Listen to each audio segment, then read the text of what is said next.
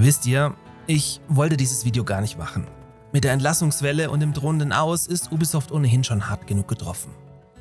Da aber aktuell den wenigen verbleibenden Spielern von Neue Allianzen allen Ernstes empfohlen wird, ein nicht unkritisches Windows 11 Sicherheitsupdate zu deinstallieren, also nur damit das Spiel noch funktioniert, denn das tut es aktuell nicht, und ich für diesen Hinweis, dass das kein vernünftiger Workaround ist, nun wegen Bypassing the Language Filter für 3 Tage stumm geschaltet wurde, ehrlich, what the fuck?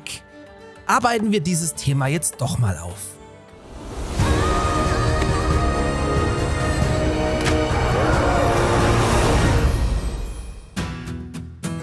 Zur aktuellen Situation. Ubisoft hat schon seit Ende November 2024 massive Probleme mit dem großen Windows 11 Update 24H2.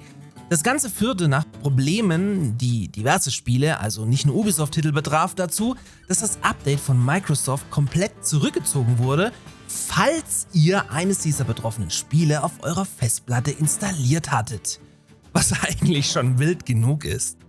Jedenfalls konnte dann durch Microsoft bereits Anfang Dezember ein entsprechender Hotfix für Star Wars Outlaws und Avatar Frontiers of Pandora bereitgestellt werden, da hier der Sturm der Entrüstung am größten war.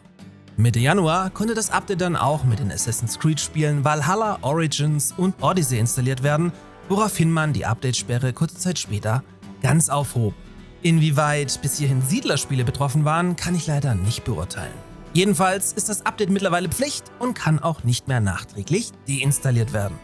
Für dieses Video aber viel relevanter folgte am 28. Januar das Windows 11 Update KB 50594, welches weitere auftretende Probleme mit dem großen 24H2 Update beheben sollte, aber wohl auch zu neuen Problemen wie einem leckenden Mauszeiger führte. Daher warnt auch Netzwelt seit dem 12. Februar davor, dieses Update überhaupt zu installieren.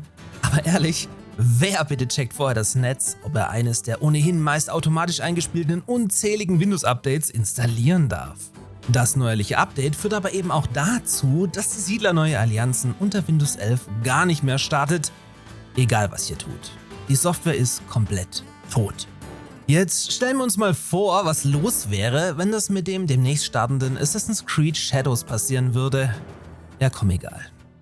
Jedenfalls erkennt man hier gut, wie klein die Siedler-Community noch ist, denn ganze 4 Personen haben das Problem gemeldet und dementsprechend lapidar wird das Ganze vom Ubisoft-Support mit gefühltem Achselzucken priorisiert.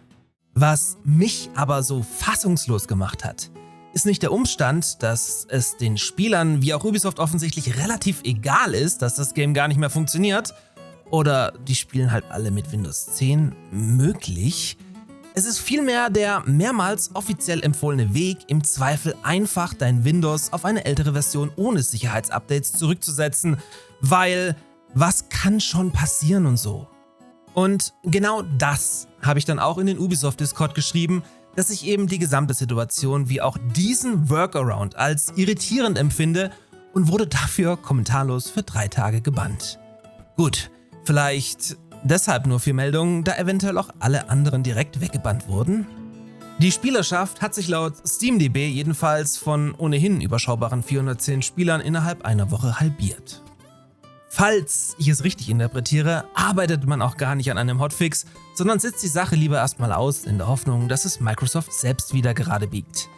Microsoft ist aber mittlerweile schon bei KB 5051987, Spiel läuft trotzdem nicht. Vielleicht könnte es auch daran liegen, dass man vergangene Woche 60 Leute entlassen hat, die sich mit dem Code noch auskannten. Reine Spekulation. Aber bitte, liebe Leute, kommt bloß nicht auf die Idee, wegen einem Videospiel ein Windows-Sicherheitsupdate zu deinstallieren. Ganz wild.